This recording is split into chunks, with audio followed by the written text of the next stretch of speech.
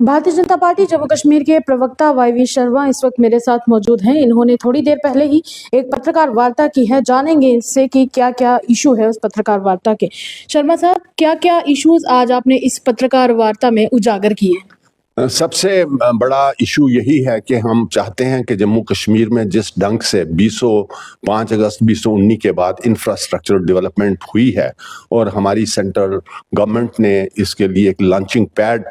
पेश किया है, जिस तमाम इंफ्रास्ट्रक्चर का इस्तेमाल करते हुए, तमाम कनेक्टिविटी का इस्तेमाल करते हुए जितने ब्रिजेस और टनल्स यहाँ पे बनाए गए हैं, हर प्रकार से गांव को टाउन्स से जोड़ा गया है, टाउन्स को शहरों से जोड़ा गया है, शहरों को नेशनल मेन हाईवे से जोड़ा गया है। तो सबसे बड़ी इंपॉर्टेंट चीज़ कनेक्टिविटी होती है। उस कनेक्टिविटी को इस्टेब्लिश किया है। अब नई हुकूमत यहाँ पे बनी है, बेशक 10 साल के बाद इलेक्शन हुए हैं, उसका कारण कई तरह की यहाँ पे परेशानियां थी। कई तरह के हमारे आदरणीय होम मिनिस्टर साहब ने ये कहा था कि जब हम यहाँ पे इलेक्शन करवाते हैं और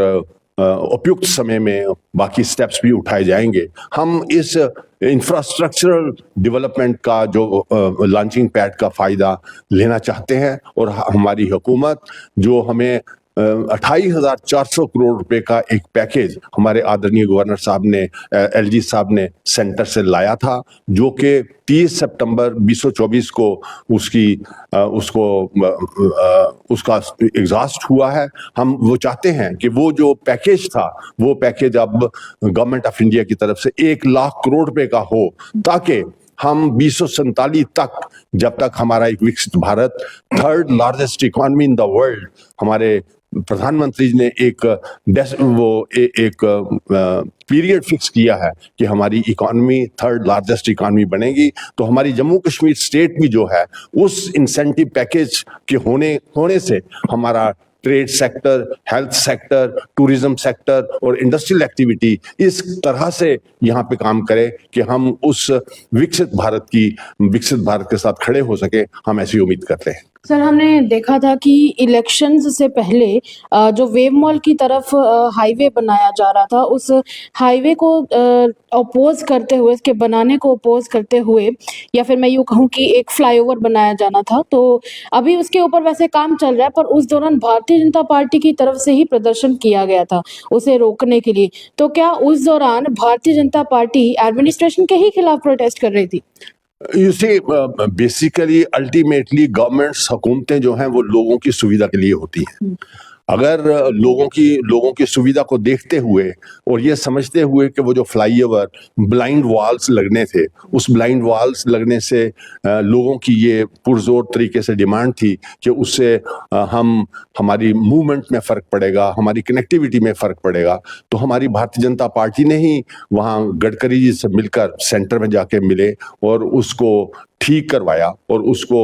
जो फ्लाईओवर था उसको उस तरीके से बनाने का ऑर्डर्स करवाए जिस तरीके से लोग चाहते थे। तो इसमें ये कहना कि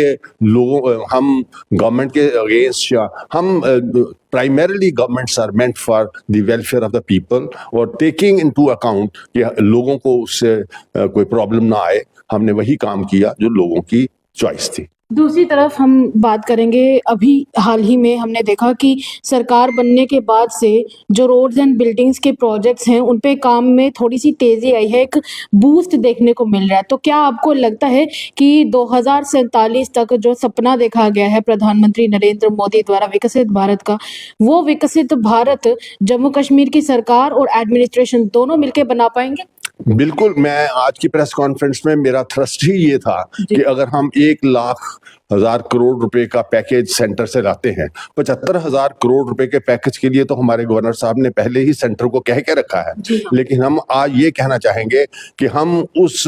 विकसित भारत का जो एक डेस्टिनेशन हमने बनाया है कि उस वक्त हमारा भारतवर्ष एक 3rd largest economy in the world होगा, हमारा जम्मू कश्मीर भी पूरे देश के साथ खड़ा हो, हम उस तरीके की डेवलपमेंट अपने स्टेट में चाहते हैं और हम उसका फ़ायदा उठाते हुए हमारा तीनों सेक्टर्स, वो industrial sector, trade sector, health sector, tourism sector, वो सारे तरक्की करें ताकि लोगों में एम्प्लॉयमेंट जनरेट हो और हमारी जो स्टेट की यूटी की जीडीपी है वो हमारे पूरे देश की जीडीपी के साथ मिलकर हम एक प्राइड के साथ खड़े हो सकें। तो इसका मतलब ये है कि एक तरफ पक्ष और दूसरी तरफ विपक्ष, मैं जम्मू कश्मीर की सरकार की और एडमिनिस्ट्रेशन की बात कर रही हूँ, तो पक्ष और विपक्ष ये दोनों बाघ और बकरी एक साथ मिलकर अब जम्मू कश्मीर को आगे लेकर जाएंगे। हम इस वक्त जो आप बात जैसे कर रहे हैं पक्ष और विपक्ष, जैसे कि हुकूमत है, जी। आज हमने जो भी प्रेस कॉन्फ्रेंस की, हमने गवर्नमेंट को चेताया है कि गवर्नमेंट इतना पैकेज की गवर्नमेंट ऑफ इंडिया से कोशिश करे और 1 लाख करोड़ रुपए का पैकेज लाए, जिससे हमारी जो आने वाले वक्त अप टू 47 या अप टू विकसित भारत की शक्ल में जब हमारा भारत 3rd लार्जेस्ट इकोनॉमी बनता है, तो जम्मू कश्मीर यूनियन टेरिटरी जो है उसके साथ खड़ी हो। यूनियन टेरिटरी आने वाले वक्त में क्या रूप लेती है, हमारी देश के साथ खड़ी हो, हम उसके लिए कोशिश करना चाहते हैं और अपनी